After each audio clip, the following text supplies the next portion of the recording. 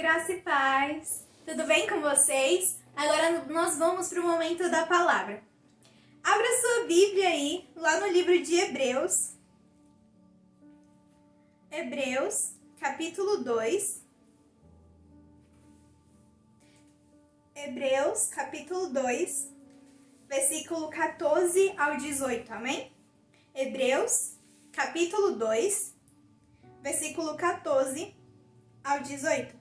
Diz assim: Visto, portanto, que os filhos são seres humanos feitos de carne e sangue, o Filho também se tornou carne e sangue, pois somente assim ele poderia morrer, e somente ao morrer destruiria o diabo que tinha o poder da morte. 15.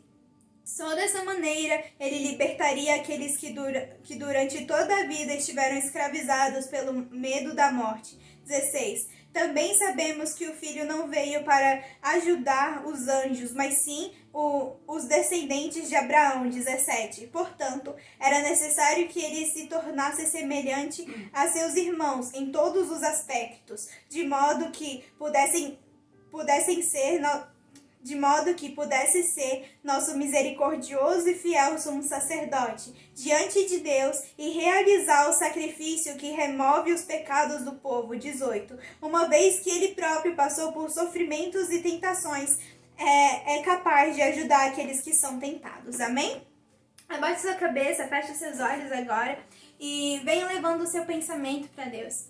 Pai, em nome de Jesus, venha tocando em cada pessoa agora e venha inundando com o seu Espírito Santo, a torne sensível a ti, blinde a mente dela contra todo pensamento do inimigo, contra toda distração, contra todo sono, que o Senhor possa vir levando a mente de cada um cativa a ti, Pai. Venha nos trazendo foco e venha nos trazendo expectativa nesse momento, venha nos trazendo fome e sede de ti, que nós possamos receber tudo que o Senhor quer falar conosco hoje, Pai.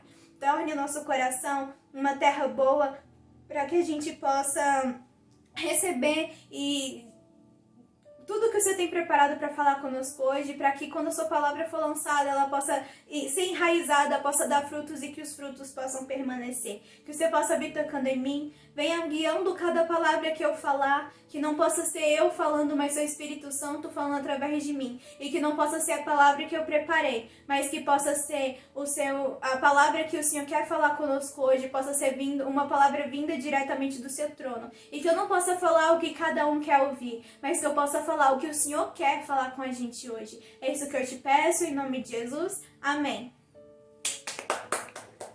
Então vamos ler de novo aí. Hebreus, capítulo 2, versículo 14 ao 18, diz assim: Visto, portanto, que os filhos são seres humanos feitos de carne e sangue, o Filho também se tornou carne e sangue, pois somente assim ele poderia morrer, e somente ao morrer destruiria o diabo que tinha o poder da morte. Só dessa maneira ele libertaria aqueles que durante toda a vida estiveram escravizados pelo medo da morte.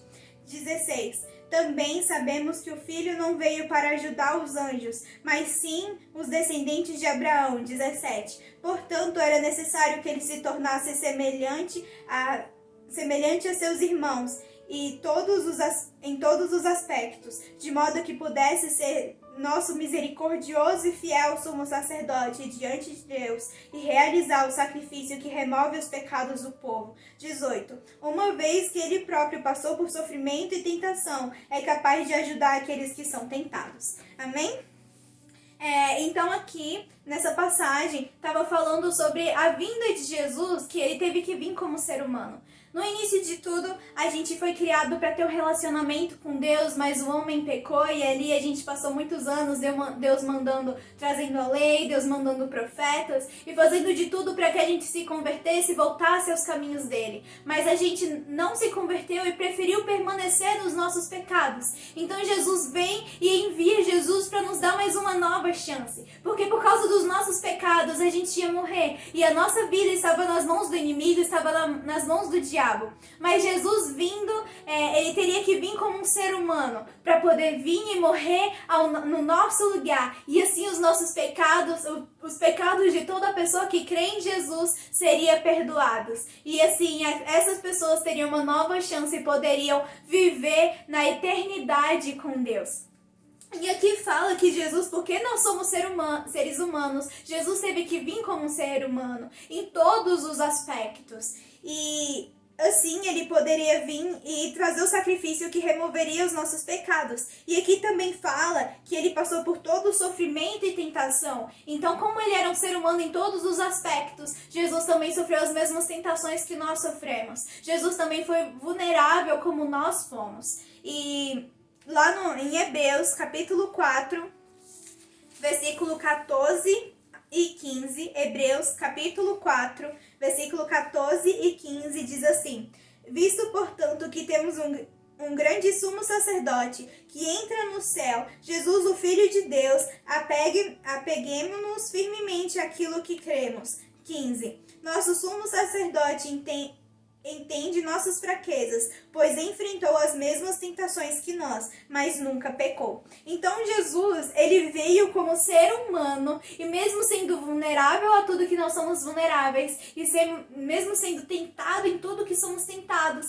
ele não pecou e foi santo até a morte. A palavra fala em Filipenses capítulo 2, que Jesus foi obediente até a morte de cruz. Ele se tornou parte da Trindade. Jesus, o Filho de Deus, veio como ser humano e foi propenso a tudo que a gente é propenso. E lá em Hebreus, capítulo 5, versículo 8, diz: Embora fosse filho, aprendeu a obediência por meio do seu sofrimento. Então Jesus, ele se tornou ser humano e teve que aprender a obedecer. E muitas vezes a gente acha que Jesus veio como alguém que foi como um super-humano, que alguém que era ser humano, mas que tinha domínio próprio completo, que era santo, que não precisava lutar contra si mesmo, que não tinha tentações, mas isso não é verdade. A gente imagina literalmente Deus aqui na Terra, mas Jesus é sim Deus, mas ele estava em forma de ser humano, em todos os aspectos, como diz a palavra. Ele era vulnerável da mesma forma que nós somos vulneráveis. Ele teve que aprender a obedecer, mas mesmo assim, ele não pecou nenhum momento. Em 33 anos de vida, ele não pecou nenhuma vez. E a palavra fala que,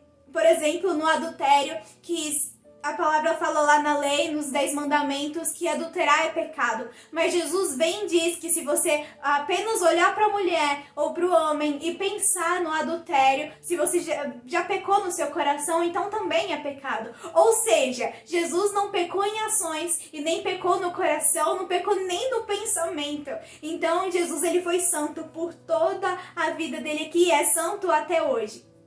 E muitas vezes é difícil a gente imaginar isso, porque nós somos seres humanos e todos os dias nós temos que lutar contra nós mesmos, todos os dias nós temos que renovar a nossa mente, todos os dias a gente tem que lutar contra os nossos próprios desejos e matar o velho homem para que Deus possa nos transformar. Todos os dias a gente tem que lutar contra a carne, mas Jesus também teve que passar por tudo isso e venceu sem pecar nenhuma vez. Jesus, se a gente for pensar, ele tinha o peso de ser o Salvador. Porque Jesus, ele é o Messias. Jesus é o Messias, é o nosso Salvador. E veio como ser humano. O Filho de Deus veio como ser humano para nos salvar. E quando a gente pensa no peso que Jesus tinha, porque toda a humanidade, não só a que existia naquele momento, mas todas as gerações futuras dependeriam de Jesus. Nós, há 2000 anos que Jesus veio na Terra, dependemos de Jesus. Então, toda a humanidade que estava viva e que ainda viria, as próximas gerações, dependia dele, dependia da ação dele. E toda vez que a gente sempre é pressionado por alguma coisa, a gente acaba pecando, mas Jesus não. Sabe, Jesus, ele era o Salvador, ele é o Salvador, só que houve momentos, o povo que ele veio primeiramente para o povo judeu, e o próprio povo dele não estava acreditando nele. E ele veio E em muitos momentos, nem a própria família dele acreditava nele. E é engraçado o tanto que a gente precisa, como ser humano, de aceitação, sabe? A gente faz as coisas e por mais que Deus tenha falado, se alguém fala que não concorda ou que não acredita na gente, a gente fica bem, será que é verdade? E muitas vezes a gente acaba pensando e errando e pecando por causa disso.